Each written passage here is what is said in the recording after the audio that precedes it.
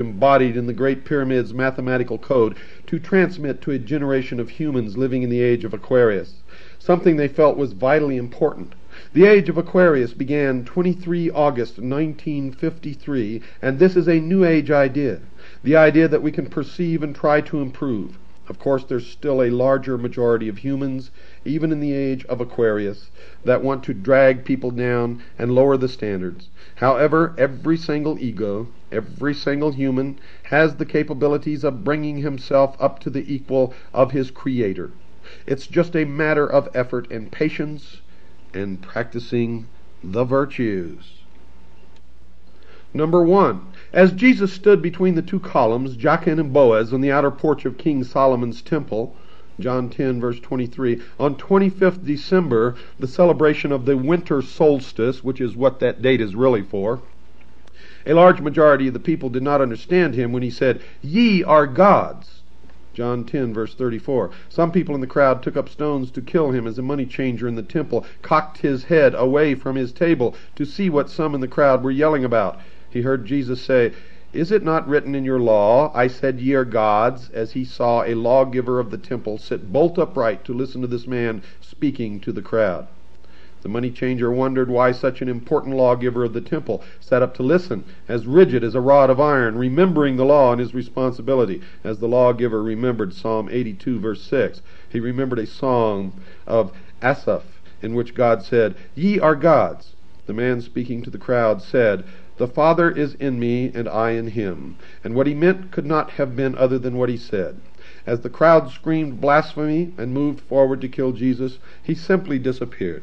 So when you say humans have the capability to bring themselves up to the equal of their Creator, it would seem to me that this New Age idea is in reality a very, very ancient idea. However, you did say that this was part of the message of the Great Pyramid.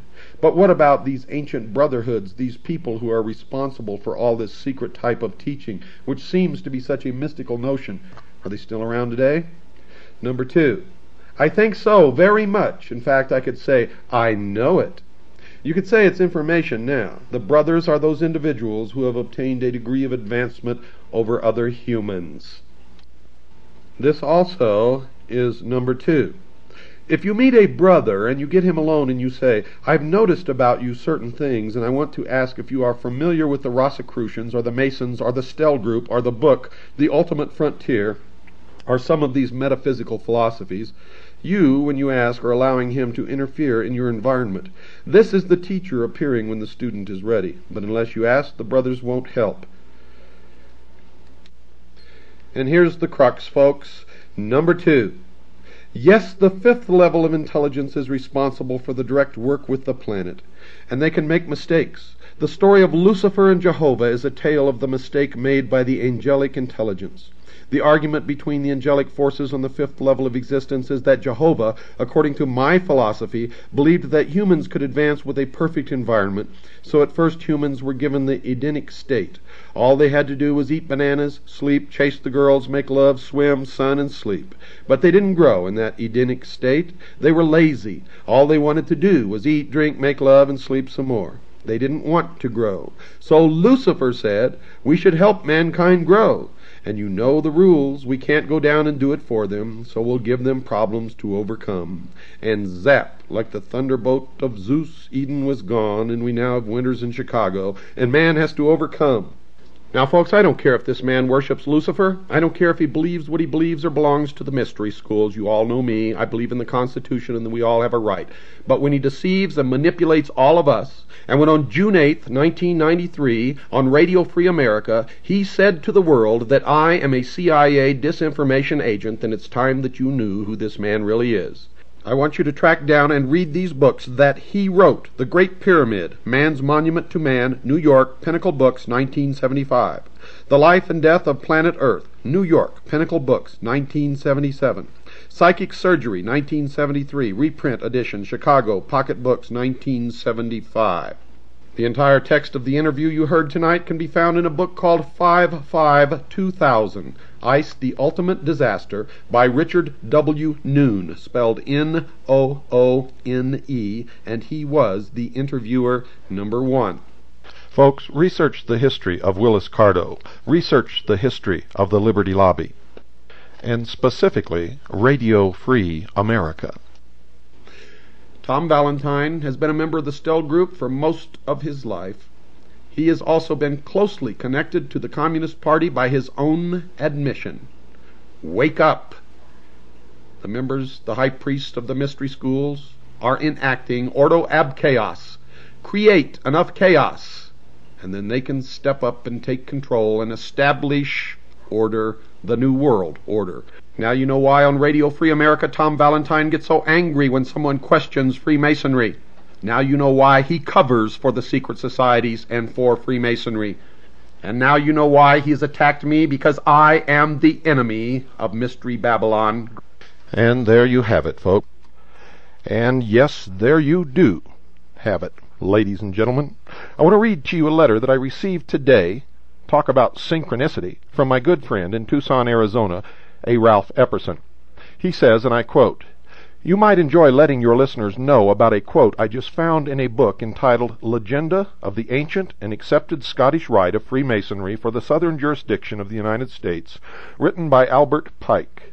This book was written by Mr. Pike in 1888, 3 years before he died, and was published by the 33rd Degree Council when they were in Charleston, South Carolina.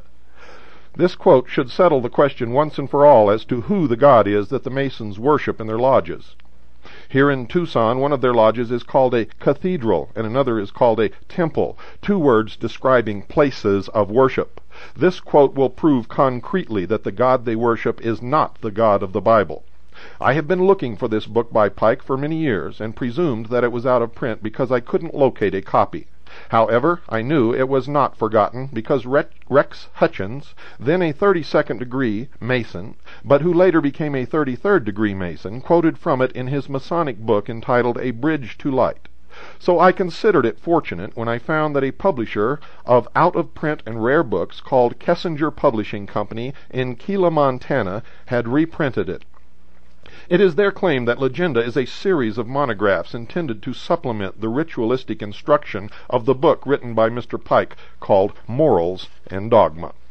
As you know, the first 10 words of the Bible are found in Genesis chapter 1, verse 1, and are, quote, "In the beginning God created the heaven and the earth," unquote.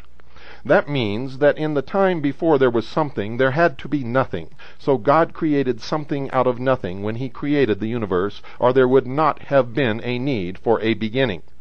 But Mr. Pike does not agree. This is what he says on page 109 of Legenda in his explanation of the 28th degree. Quote, "Nothing is produced from nothing, because existence can no more cease to be than nothing can cease not to be. To say that the world came forth from nothing is to propose a monstrous absurdity. Everything that is proceeds from that which was, and consequently nothing of that which is can ever not be." The letter I in the word is was capitalized by Mr. Pike. It is customary to capitalize the first letter in the name of a deity or a noun that refers to a deity. Does this mean that he is making a deity out of matter? Well, folks, LuciFer is the god of the material world. So Mr. Pike says that those of us who believe in a God who created the universe out of nothing believe in a monstrous absurdity. The Christians and the Jews who believe in the God of the Old and New Testaments believe in a monstrous absurdity when they profess that their God created the universe out of nothing. Let there be no doubt, Pike told his readers that he and the Masons do not worship the Creator God. They worship a secret and concealed God in their cathedrals and temples who cannot create anything. In fact, Mr. Pike agreed with that statement. He wrote this about their, quote, sun god, unquote, on pages 253 and 254 of Morals and Dogma. I might remind you that Radio Free America is carried by the Sun Radio Network. Quote, Amun, at first the god of Lower Egypt, was the sun god. He created nothing, unquote. And to show that this is true, he repeated the idea on page 281. Quote, the supreme being of the Egyptians was Amun, a secret and concealed god, the original light. He creates nothing, unquote. Yet he calls this God the supreme being.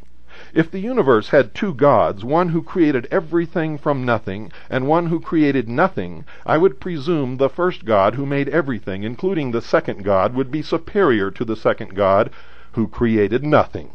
So the only way you can resolve this problem, if you believe in this second God who created nothing, is to claim that there is no